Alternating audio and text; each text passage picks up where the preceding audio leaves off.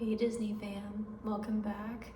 It's been a long time since I've been on YouTube, but just wanted to say hey, and I've got a ton to talk about today, and I'm super excited to be here with you guys. I've got some notes here. I've got a little new mug from Christmas. It's got Olaf and Sven on it for the festival holidays. I've got a candle burning here, and I'm ready to go. So let's get to it. Today, we're going to be talking about where I just stayed on my most recent trip. On December 24th, I flew down to Florida and stayed with my parents and my brother until the 28th. And we stayed at Polynesian villas and bungalows. So today is a fireside chat about the Polynesian bungalows. This is something that has not been talked about enough in the Disney community from what I can tell, and I'm here to tell you it's a lot. There's a lot to say about it. I have lots of opinions, got opinions from my family too, and don't want to spoil it, but we weren't that impressed, and there's a lot of reasons why.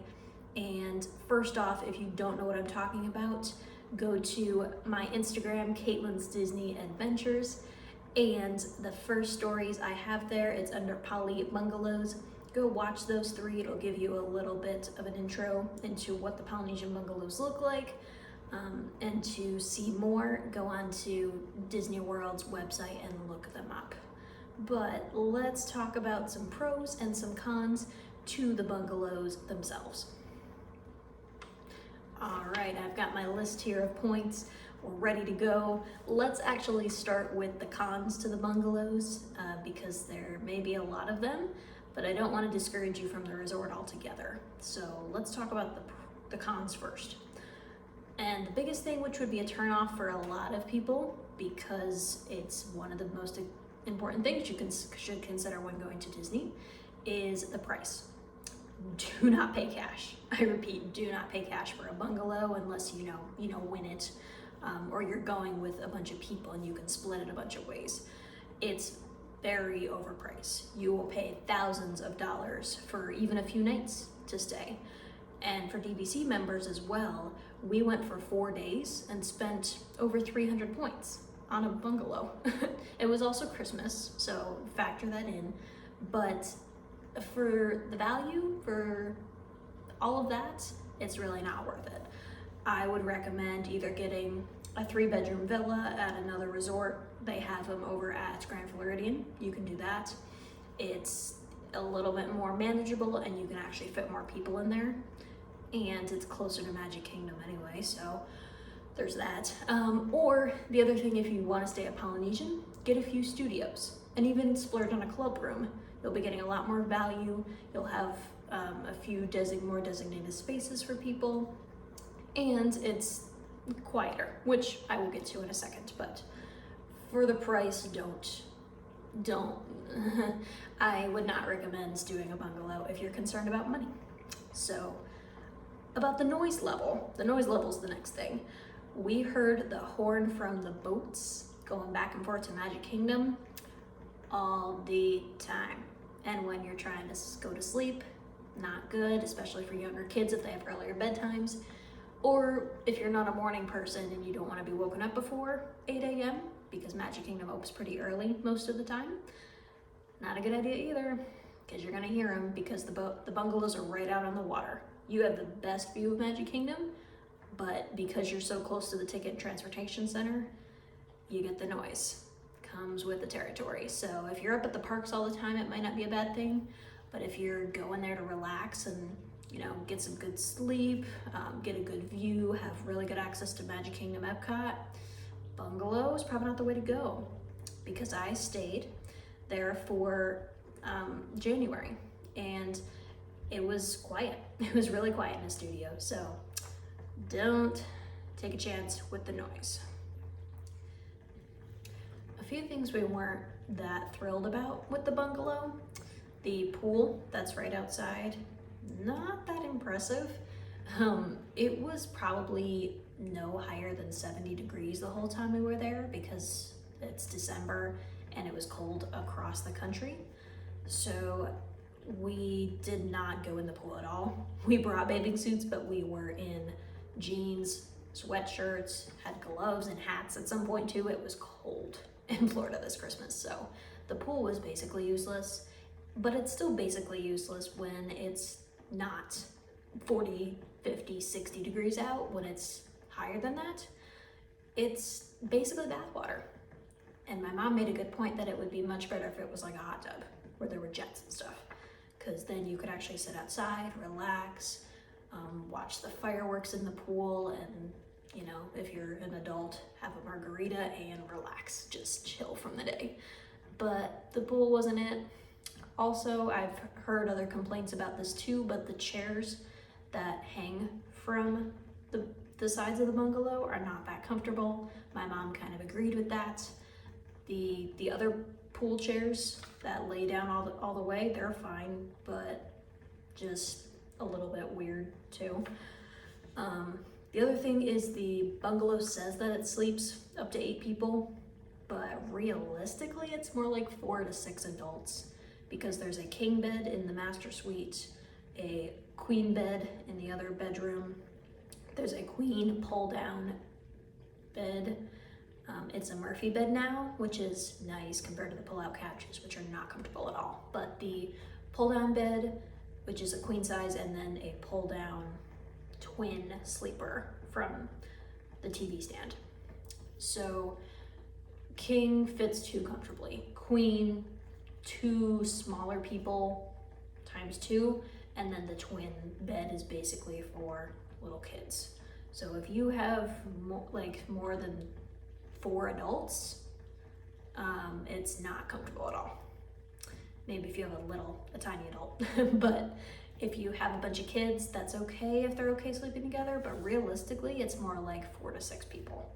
So once again, go stay in a 3-bedroom. So the other thing was we had to end up moving bungalows.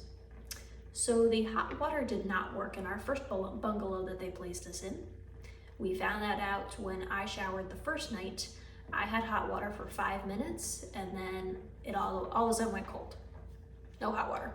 And we had kind of noticed that it took a long time for the hot water to get really hot when we did other things like wash the dishes and wash our hands, things like that. But the water just gone. It was freezing for my brother, and he was not happy. So I was fine after the shower, but my dad called the front desk, and they said, we had complaints about that before you guys came. The prior people who stayed in there complained too, and we're gonna have someone come look at it tomorrow morning. They came and looked and said, nope, we're gonna have you move bungalows. So because in order to fix it, someone has to be scuba licensed apparently, because everything is underwater. So someone has to go in there and fix it. So who knows how long it would have been. So best thing was for them just to switch us to another bungalow. That's quite the story. So the hot water worked fine in the next one. The only thing was they moved us into the handicapped bungalow. So everything was smaller, everything was down lower. And with that, the other thing that came with it was there wasn't a regular oven. It was a convection oven, and the fridge was smaller. So interesting. A little better view of the Magic Kingdom and the other resorts, but just, you know, thing after thing is just tiring on your Disney vacation, and we just overall were not impressed with that. And now on to some good things about staying in the Polynesian. Maybe not in a bungalow necessarily, but in the Polynesian itself. So the food selection here is amazing. We had breakfast at Kona Cafe for Christmas. Tonga toast is worth the hype. It's awesome. Go have it. It's basically toast, French toast with cinnamon sugar, some strawberry compote for the top. There's bananas in it. You can have syrup, and oh, it's so amazing, amazing. Have it. And then Ohana, we were gonna have dinner at Sebastian's Bistro the 26th, December 26th. I did not feel good, and the selection was not good for sore throats. I ended up getting strep throat.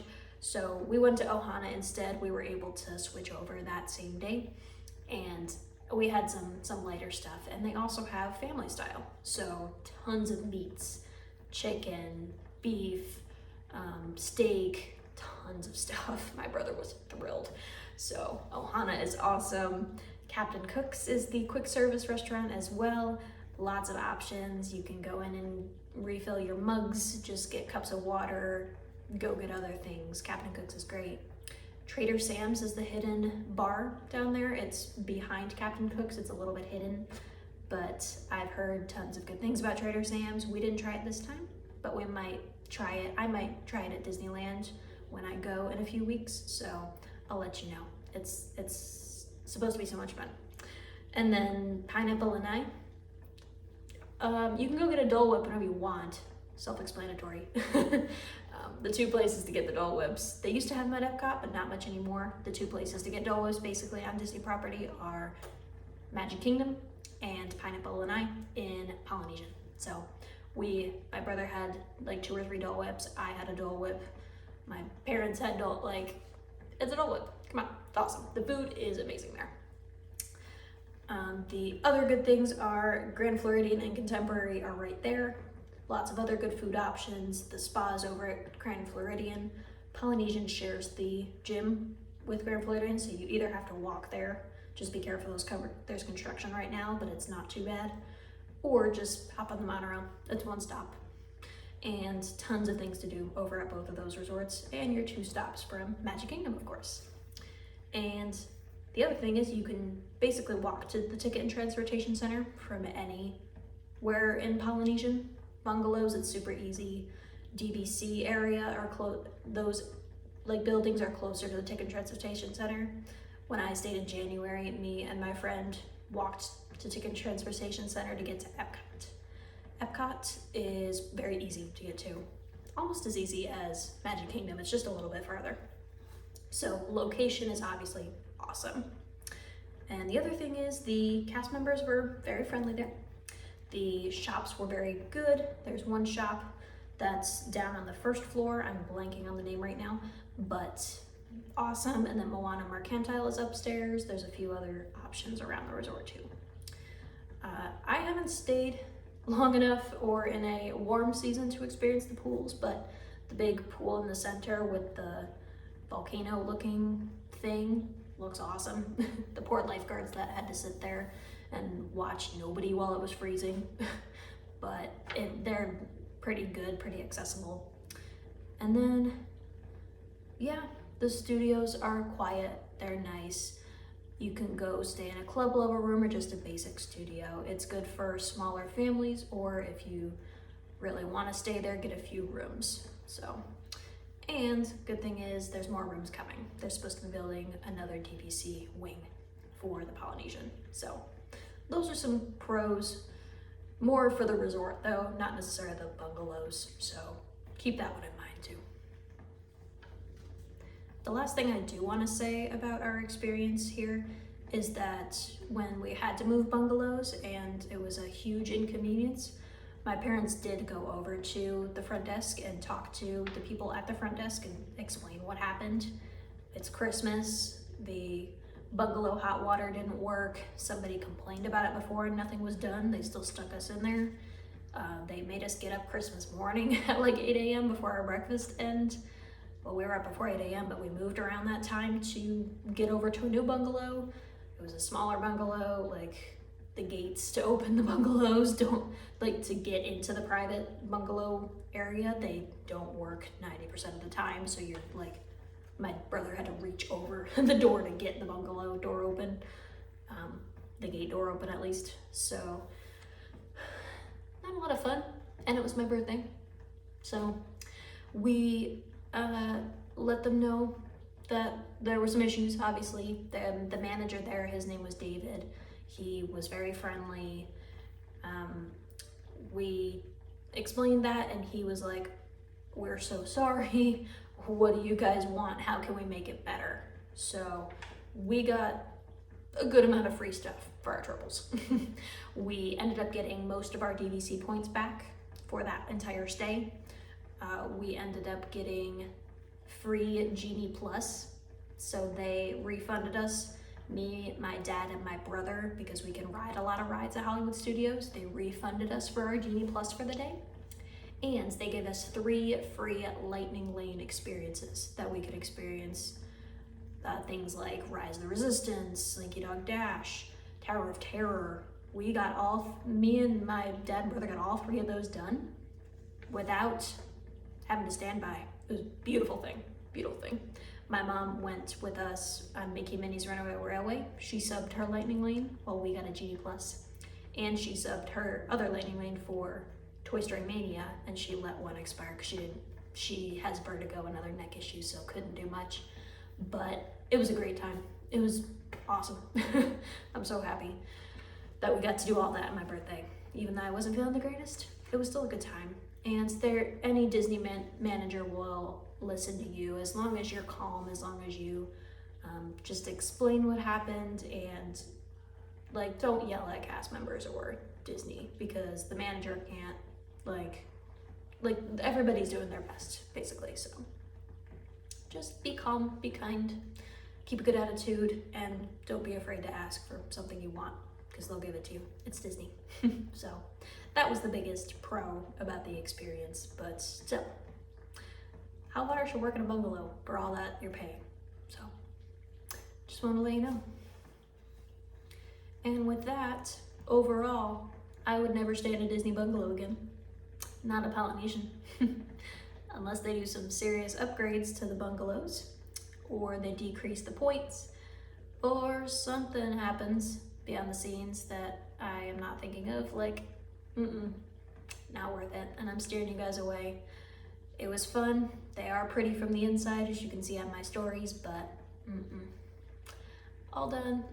Maybe we'll go back to Polynesian in the future, but I've got a lot of other hotels I want to check off my list. So I hope you guys enjoyed our little fireside chat here. Please, if you have any questions about my stay at Polynesian or anything I talked about, leave me a comment below. Go head over to Caitlin's Disney Adventures and take a look at the bungalow tour if you haven't seen it. Check me out, follow me on Instagram and YouTube. Let me know what else you want to hear about. And I am looking forward to hearing all of your comments on your experiences as well. Thanks for tuning in, and have a magical rest of your day and week.